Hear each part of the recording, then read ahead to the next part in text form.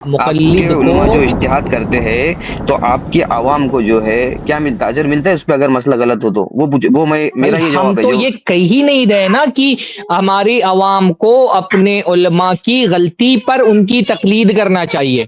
تو آپ ہم سے ہمارا جواب کیسے دے رہے؟ تو آپ کہہ رہے ہیں نا کہ عوام کو اپنے امام کی خطا پر تقلید کرنی چاہیے. یہ تو آپ دعویٰ کر رہے ہیں. ہم جب دعویٰ یہ کریں ہم کہ نے کوئی دعویٰ ہی نہیں کیا علماء ہے. کی خطا پر عوام کو ان کی تقلید کرنا چاہیے تب آپ کا مطالبہ صحیح ہوگا. ہم تو کہہ رہے ہیں کہ اگر علماء سے غلطی ہو جائے تو ان کی تقلید نہیں کرنی ہے, دلیل ماننی ہے. آپ کہہ رہے ہیں کہ اماموں کی خطا پر بھی ان کی تقلید کرنی ہے, اور نہ صرف یہ کہہ رہے ہیں کہ تقلید کرنی بلکہ آپ کہہ رہے ہیں تقلید پر اجر بھی ملے گا. تو دلیل آپ دیں بھائی. تکلیف پر اجر یعنی کہ آپ، میں وہی بول رہا ہوں نا آپ کو شیخ، جو آپ جواب دیں گے نا مجھے وہی میرا جواب ہے. ارے ہم نے کوئی یعنی دعویٰ کہ ہی آپ، نہیں کیا ہے. بھائی یہ بول دو دعویٰ کیا آپ بیچ کریں. میں, تو مطلب آپ کی عوام کو کیا ملے گا؟ بکری کی 5 آپ بس ٹانگیں اتنا مت بول دو کرو کہ آپ کی کہ عوام کو نہیں کیا آپ ملیں گے. کچھ بھی بات ہو آپ بکری کی 5 ٹانگ والا معاملہ کرو کہ نہیں میں تو نہیں مانوں گا کہ بکری کی 4 ٹانگیں ہوتی 5 ہی ہوتی ہیں.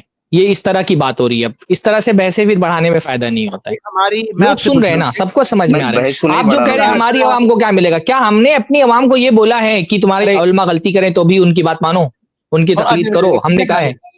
دعویٰ ہی نہیں ہمارا.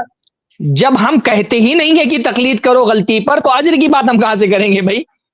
آپ کہتے ہو کہ غلطی پر بھی اپنے امام کی تقلید کرنا ہے, اور تقلید نہیں کرنا ہے بلکہ اس تقلید پر اجر کا دعویٰ بھی کر رہے ہیں. تو دلیل آپ دینا میرے بھائی. ہم تو کہتے ہیں کہ تو اگر امام غلطی سے غلطی واضح ہو جائے تو اس پہ اس کی تقلید نہیں کرنی ہے, ہم یہ کہہ رہے ہیں.